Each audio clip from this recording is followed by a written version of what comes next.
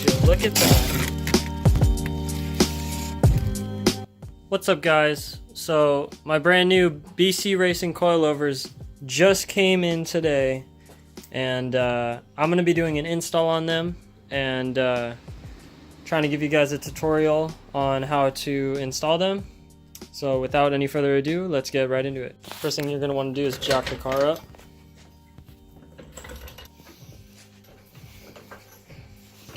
I'm going to be doing the fronts first, so I jacked up the front of the car. And another thing, make sure you always use a jack stand, because you never know when your jack's going to fail.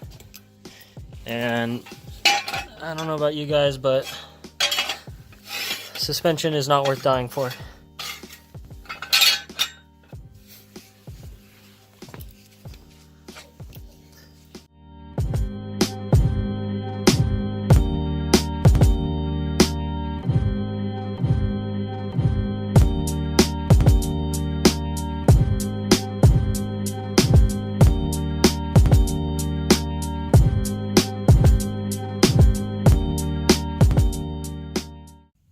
Alright, now that the wheel's off, first thing I'm going to do is disconnect the steering linkage right here, where it connects to the outer tie rod.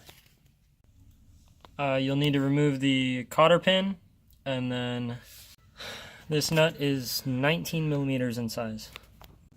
Once you've removed the nut, all you have to do is press the outer tie rod out of this linkage. I'm going to be using a sledgehammer, and it should pop right out.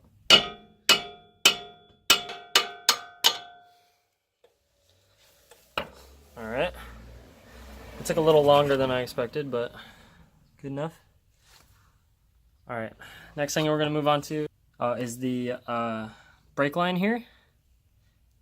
So I believe this just pops out. There is a nut holding it on. Feels like a 12 millimeter. I'll be right back. Okay, I was right. This is a 12 millimeter bolt. So I'm going to go ahead and just pop this off.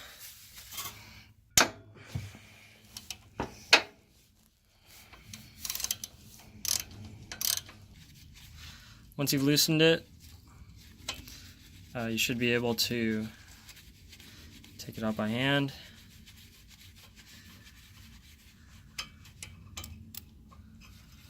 This is actually a bolt, not a nut.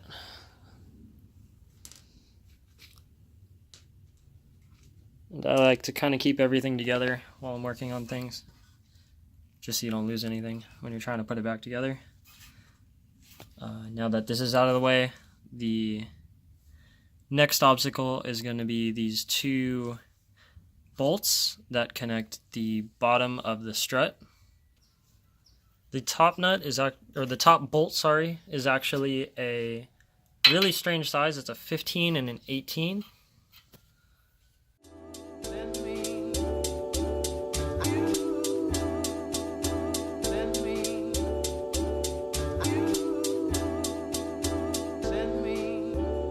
Darling,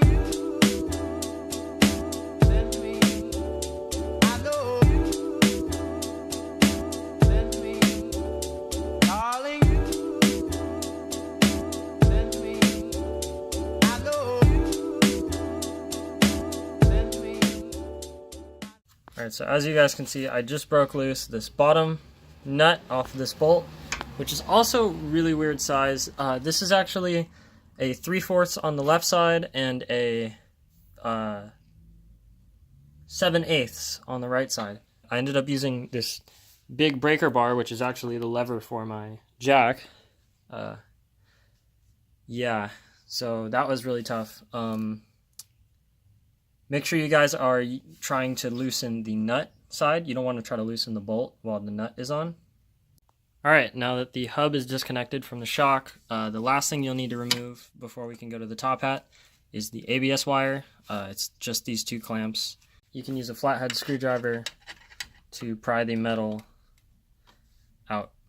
Once you're all done down there, you're going to pop the hood and remove these three bolts holding the top hat in.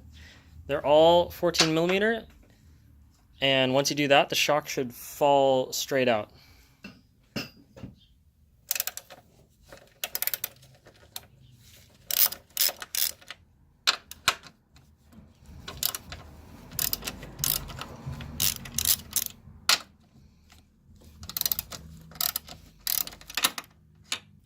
All three of these bolts were frozen pretty bad, so I had to use the breaker bar once again.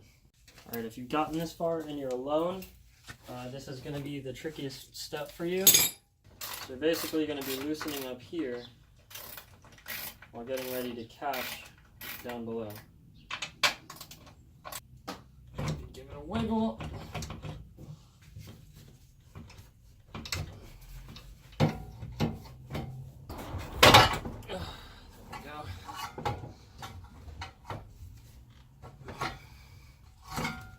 Make sure no cables are being snagged. And there you go, that's one strut out. Alright, now you can go ahead and grab your new strut. Make sure you have the correct piece. This is the front left. It says right there, FL. It stands for front left. And it's basically the same process but in reverse. So we're going to start by putting the top hat in, and then seating the bottom. And yeah.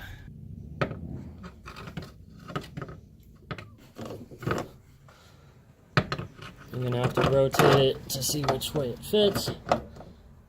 There we go. And we can get a couple nuts started. Why not just do all three? There we go. Alright.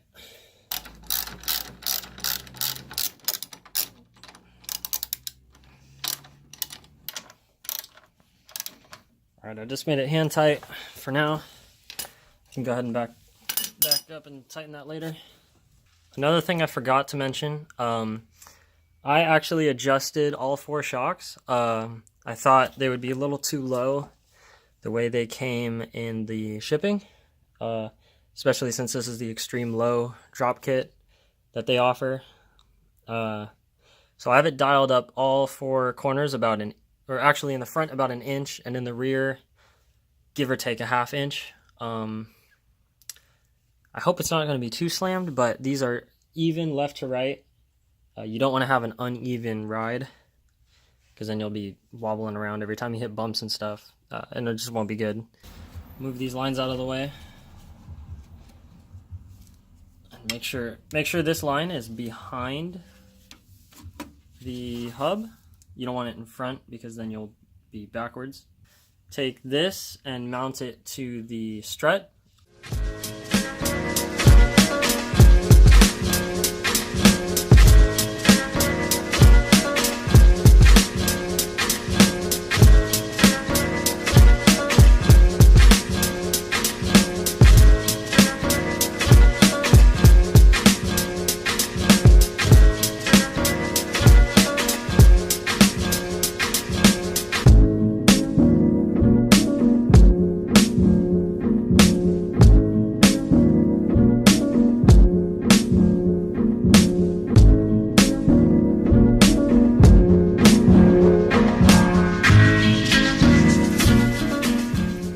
Once you've done that, go ahead and grab your tie rod end, and this should stick right back into the new housing for it. If your tie rod end looks like this, you should definitely replace it. Don't forget the cotter pin. Please focus. Since I'm extremely lazy, I'm just going to zip tie this ABS line through these two holes.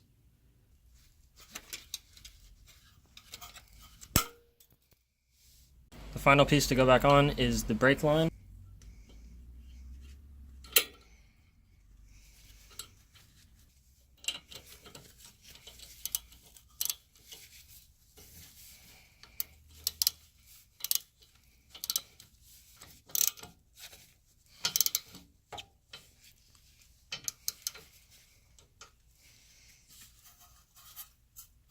I don't know if you guys saw that. I was tightening it too much and I actually just bent the bracket, so definitely be careful with that. You don't want to end up bending it just how I did. So once you have one side done, it's pretty much the exact same story on the other side, except everything, of course, is flipped. So I'm not going to show it. I'm just going to skip right to the rears. All right, so this is where the front sits. It's out about a 1 inch or 1 finger gap. So I'd imagine this is going to be tucked if I didn't adjust it.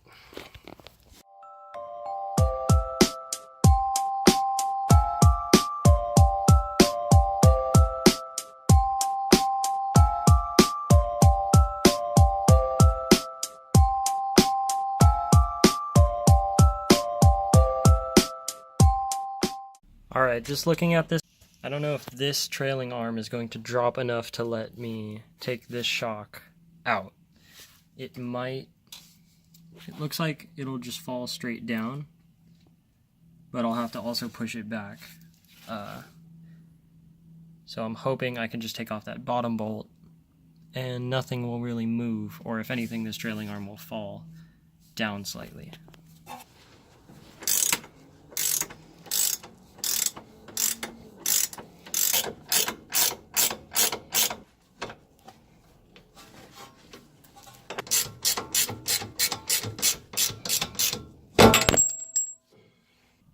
Alright, so just kind of how I thought was going to happen.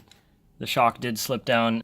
I'm actually just going to try to take off the top hat bolts now and see if I can push this out, because the BC coils are actually smaller in length than these original factory shocks, so maybe that'll give me enough space to get this bottom bolt back in when I install the new shocks. If not, I'm going to have to take off that lower sway bar, or this sway bar end link. Really don't want to do that though. Alright, so once you take off the carpeting and all the padding for your trunk here to expose the spare tire, you're going to have to pop this out of the way. You can kind of just pull it out, and all these tabs here just like are stuck into this carpeting. And then you're going to have to pry back all of this carpet because the top hat is right there. You can use a panel popper to remove this little screw thing, plastic screw, and then this all moves, and then you get access to your top hat. Once again, the top hat has 14mm bolts, but this time there's only 2 of them.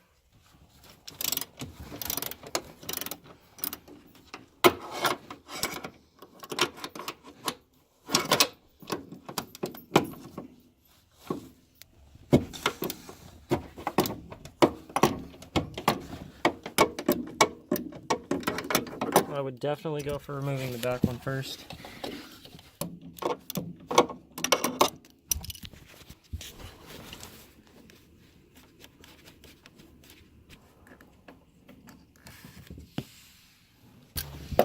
Alright, back one's off.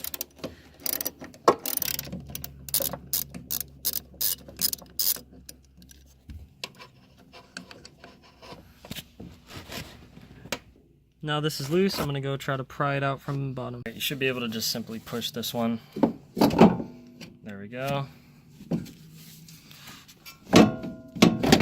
Give it a twist. It should pop right out. Kind of dropped that shock there, but oh well. We're going to go ahead and grab the new one and make sure always that, like before, they're adjusted the same height. I don't really show a side-by-side of the front shocks, but this is the old and the new rear shocks. As you can see, it's considerably smaller. Looks like we're going to be down at least an inch in height, and that's without it compressing even. So yeah, these rears happen to be non-side specific, but if you do have a car where they're side specific, make sure you know which one you have and you're installing the correct one. You don't want the left on the right or the right on the left. Just set this in the bottom there, and then see if I can get the top hat in, poking through to the top, so I can tighten the top first, and then finalize by bolting in the bottom there. A lot of water under the bridge. Some of the old songs, sir. Yes, ma'am. Over the hill here we see the wild shark in its natural habitat. We don't want to spook it and have it fall out, so we're going to sneak up on it slowly and approach it. Just like so.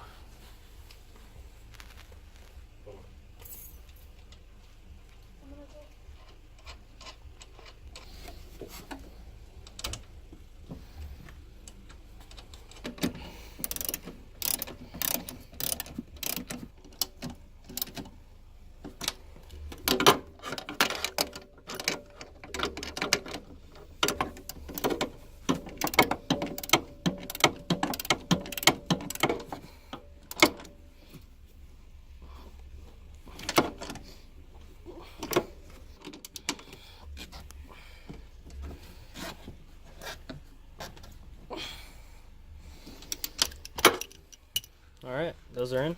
As you can see, the shock and the trailing arm don't line up anymore.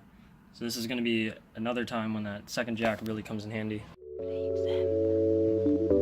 Play as time goes by. Oh, I can't remember it myself. I'm a little rusty on it. I'll hum it for you.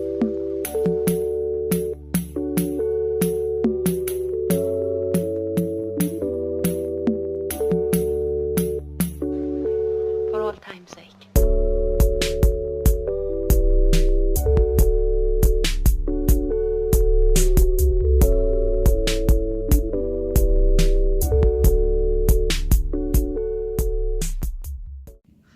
Alright, once I lined it up with the jack, I got it in all the way through the shock, but the second flange on this side wasn't quite lined up, so I dropped the jack, hammered on it a little, and started tightening it, and it just went straight in the hole.